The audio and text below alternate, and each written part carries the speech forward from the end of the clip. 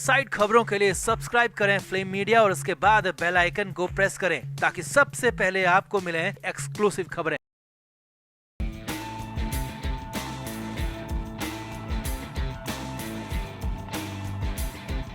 उद्धव ठाकरे के लिए मुसीबतें एक एक करके नहीं आ रही हैं, बल्कि उद्धव ठाकरे के लिए पूरे एक साथ गुच्छे में मुश्किलें आ रही हैं। और इस बार दिल्ली से एक फोन कॉल आया तो उसके बाद उद्धव ठाकरे की हवाइयां उड़ गई। हालात ये थे कि उद्धव ठाकरे के पास करने के लिए कुछ था नहीं। आनन फानन में हालात इतने बिगड़ गए कि उनके इमोशनल हो गए, आंखें से रुआंसू हो गए और इतनी कंडीशन खराब हो गई कि अचानक आनन फानन में बेटे को दिल्ली भेजना पड़ा। और खबरें तो यहाँ तक है कि दिल्ली में हाथ पैर तक जोड़ने लगे। तो क्यों आखिर इतना डर गए उद्धव ठाकरे, क्या ऐसा हो गया है, सब कुछ आपको दिखाते हैं, बताते हैं। और क्यों अचानक ऐसा होने लगा है वो भी बताएंगे। आप भी इस वीडियो को शेयर करें, कमेंट बॉक्स में अपनी राय जरूर दें कि उद्धव ठाकरे के लिए अब क्या राजनीति करनी इतनी मुश्किल हो गई है कि उन्हें अपने घर के अंदर भी डर लगने लगा है। तो आप भी कमेंट जरूर करें, वीडियो को शेयर भी करें।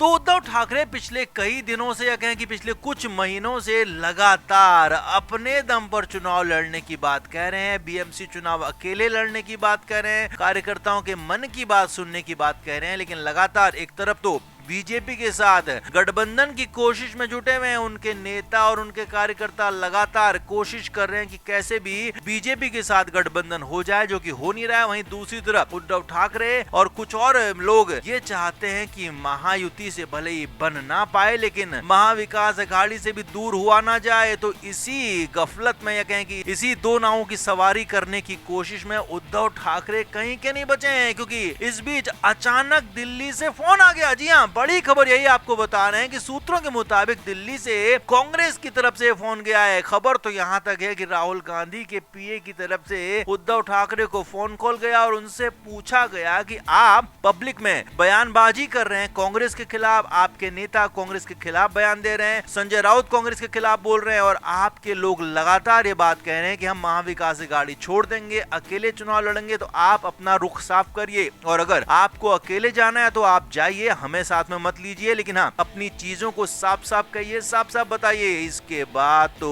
उद्धव ठाकरे के हालात खराब हो गए, क्योंकि एक तरफ तो बीजेपी के साथ गठबंधन हो नहीं रहा है, दूसरी तरफ कांग्रेस ने भी घुड़की पिला दी। तो अचानक आई इस फोन कॉल के बाद उद्धव ठाकरे के चेहरे की हवाइयां उड़ गई। मातोश्री में मौजूद लोगों ने बताया कि उद्धव ठाकरे पसीना पसीना हो गए, उनके पास जवाब नहीं था, वो बोल नहीं पा रहे थे। हालात ये थे कि उनके बेटे ने उनसे पूछा कि आखिर वजह क्या है, क्या दिक्कत हुई, आप बताइए। क्योंकि उद्धव ठाकरे की हालत भी इन दिनों ठीक नहीं है, बीच में उन्हें एंजाइटी अटैक आया था, ऐसी भी खबरें थी। उद्धव ठाकरे को एंजियोप्लास्टी हाल ही में हुई है, उसकी भी खबरें हैं कि उसके बाद उनको डॉक्टर्स ने रेस्ट के लिए बोला है। तो इस तरह से जब दिल्ली से फोन कॉल आया तो उद्धव ठाकरे अचानक घबरा गए और उनके पास फैसला लेने की कंडीशन नहीं हो रही थी। तो ऐसे हालात में अचानक उन्होंने दिल्ली अपने बेटे आदित्य ठाकरे को भेज दिया। जी हाँ, उद्धव ठाकरे खुद तो दिल्ली नहीं पहुंचे, लेकिन अपने बेटे को दिल्ली भेजा और पहले राहुल गांधी से ही मुलाकात की। जी हाँ, ये बड़ी खबर आपको बता रहे हैं कि आदित्य ठाकरे ने दिल्ली जाकर राहुल गांधी से मुलाकात की। और खबर तो अंदर खाने की यहाँ तक है कि राहुल गांधी को खूब एक तरह से पॉलिश करने की कोशिश की, बटर लगाने की कोशिश की और ये कोशिश की कि हम आपके साथ हैं, हमें अकेला मत छोड़िए, हमें अलग मत कीजिए, ये दिखाने की कोशिश की। और यही नहीं, आदित्य ठाकरे अरविंद केजरीवाल से भी जाकर मिले। दिल्ली में अरविंद केजरीवाल की पार्टी आम आदमी पार्टी चुनाव हार गई है, तो उसके बाद आदित्य ठाकरे दिल्ली जाकर अरविंद केजरीवाल से भी मिले और उनसे भी मुलाकात की। और एक तरह से इंडिया गठबंधन महाविकास अघाड़ी के साथ में ही रहने के लिए दावे किए, बड़े बड़े वादे किए, लेकिन ये सब कुछ मजबूरी में हो रहा है, क्योंकि बीजेपी उन्हें घास डाल नहीं रही है, बीजेपी के साथ वो जा नहीं पा रहे हैं। अकेले जाने की, अकेले लड़ने की उद्धव ठाकरे में अब हिम्मत ही नहीं बची है। जी हाँ, हिम्मत खत्म हो गई है, इसीलिए तो ये सब कुछ हो रहा है। अगर हिम्मत होती अकेले लड़ने की तो ये सब कुछ छोड़कर अकेले मैदान में आ गए होते, अकेले चुनाव लड़ने का ऐलान कर चुके होते, अकेले आगे बढ़ने की बात कह चुके होते। लेकिन हिम्मत उद्धव ठाकरे की लगता है खत्म हो चुकी है। इसीलिए तो एक तरफ बीजेपी के साथ सुर मिलाने की कोशिश हो रही है, लेकिन बीजेपी भाव नहीं दे रही है, तो दूसरी तरफ कांग्रेस को ना छोड़ने की भी जिद पकड़ी हुई है। इसीलिए अपने बेटे को दिल्ली भेज दिया। तो उनके बेटे दिल्ली पहुंचे, आदित्य ठाकरे ने मुलाकात की। अब अंदर की बात तो पता नहीं चली कि एग्जैक्ट बातचीत क्या हुई, लेकिन हाँ खबरें ये जरूर हैं कि उद्धव ठाकरे के बेटे आदित्य ठाकरे का जो जेस्चर था वो बिल्कुल एक तरह से मांगने वाला था। यह कि ऐसा था कि हमें अकेला मत छोड़िए, हम आपके साथ हैं, ये दिखाने वाला यहाँ पर जेस्चर था। अब जो भी हो, लेकिन हाँ ये साफ है कि उद्धव ठाकरे की कंडीशन हर रोज खराब हो रही है और दिल्ली से आए इस फोन कॉल के बाद तो उनकी हालत और ज्यादा खराब हो गई। तो आप क्या मानते हैं, क्या उद्धव ठाकरे को अब ऐसे हालात में राजनीति करना ही छोड़ देना चाहिए? आप भी कमेंट जरूर करें, वीडियो को शेयर भी करें। तो दिल्ली के ताल कटोरा स्टेडियम में एक प्रोग्राम का आयोजन हुआ और इस प्रोग्राम में मराठी समुदाय को लेकर एक प्रोग्राम था। तो इसमें उद्धव ठाकरे के सबसे बड़े दुश्मन कहे जाने वाले एकनाथ शिंदे को सम्मानित किया गया और एकनाथ शिंदे को सम्मानित करने वाले कोई और नहीं थे बल्कि उद्धव ठाकरे जिन्हें अपना गुरु मानते हैं, दोस्त मानते हैं, करीबी मानते हैं, वही शरद पवार थे। जी हाँ, शरद पवार ने एकनाथ शिंदे को सम्मानित किया और यहाँ तक एक दूसरे की तारीफ भी की। भरे मंच से शरद पवार ने एकनाथ शिंदे के काम की, उनकी तारीफ की। तो एकनाथ शिंदे ने भी कहा कि शरद पवार के साथ उनके अच्छे संबंध है, उनकी लगातार बातचीत होती है और उनके बीच में अच्छी बातचीत होती है। अब जैसे ही दिल्ली में ये सब कुछ हुआ तो मुंबई में पारा गर्म हो गया। एक तरफ तो पहले संजय राउत ने हमला कर दिया। संजय राउत ने कहा कि ऐसे जो भी पुरस्कार दिए जाते हैं तो वो या तो फिर खरीदे जाते हैं या बेचे जाते हैं। और यही नहीं, संजय राउत यहीं पर नहीं रुके। संजय राउत ने सवाल भी उठा दिया शरद पवार पर कि ऐसे लोगों के साथ आप कैसे जा सकते हैं। शरद पवार को ये इस कार्यक्रम में शामिल नहीं होना चाहिए था।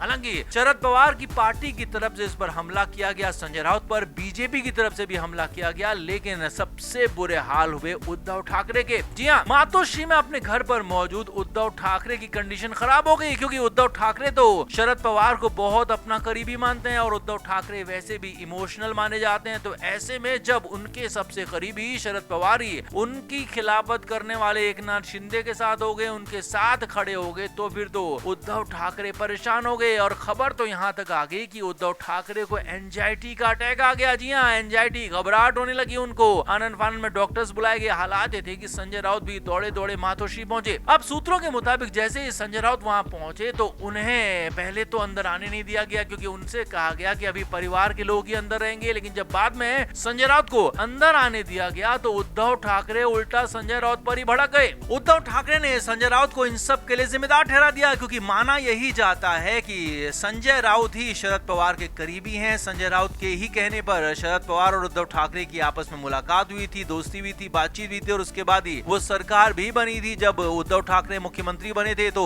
दोनों के बीच में ब्रिज के तौर पर काम संजय राउत ही करते हैं। तो इसीलिए अब सामने उद्धव ठाकरे के शरद पवार तो थे नहीं, तो यहाँ पर संजय राउत ही सामने थे। तो संजय राउत पर पूरी तरह से भड़क गए, नाराज हो गए। हालात थे कि संजय राउत को मारने के लिए चप्पल तक उठा ली, ऐसी खबरें आ रही। जी हाँ, चर्चाएं यहाँ तक हैं कि उद्धव ठाकरे पूरी तरह से फ्रस्ट्रेटेड होकर संजय राउत पर भड़क गए और यहाँ तक कह दिया कि संजय राउत तुमने मुझे कहीं का नहीं छोड़ा है। अब हालात बहुत बुरे हैं क्योंकि एक तरफ तो उद्धव ठाकरे के लिए अच्छा कुछ भी नहीं हो रहा है, लोग लगातार पार्टी छोड़कर जा रहे हैं, नेता छोड़कर जा रहे हैं, कार्यकर्ता उनके पास नहीं है। और उल्टा दूसरी तरफ जो उनके पुराने सहयोगी हैं, पुराने जो उनके नेता दोस्त हैं, करीबी हैं, तो वो लोग भी अब विरोधियों के साथ खड़े हो रहे हैं। और वैसे भी शरद पवार का भरोसा कभी किया नहीं गया है महाराष्ट्र की राजनीति में, वो कब किस तरफ चले जाएं किसी को नहीं पता होता। और अब इस बीच तो वो अजीत पवार से भी करीबी दिखा रहे हैं और इधर एकनाथ शिंदे से भी करीबी दिखा रहे हैं। तो ये उद्धव ठाकरे के लिए अलार्मिंग नहीं बल्कि सर पर बाढ़ आने जैसी सिचुएशन है। इसीलिए उद्धव ठाकरे भड़क गए और इसीलिए उनको एंजाइटी अटैक तक आ गया और संजय राउत के हाल खराब कर दिए। तो कुल मिलाकर उद्धव ठाकरे के लिए रास्ते बहुत मुश्किल नहीं बल्कि अब आगे के रास्ते नामुमकिन होते जा रहे हैं। अब उनको अपने बेटे का भविष्य बचाना है, बेटे का करियर बचाना है, तो कुछ न कुछ कदम उन्हें उठाना ही होगा, नहीं तो उनके लिए अब आगे महाराष्ट्र की सियासत में कुछ बचने वाला नहीं है। आप क्या इस पर मानते हैं? आपकी क्या राय है? कमेंट बॉक्स में जरूर बताएं, वीडियो को शेयर भी करें।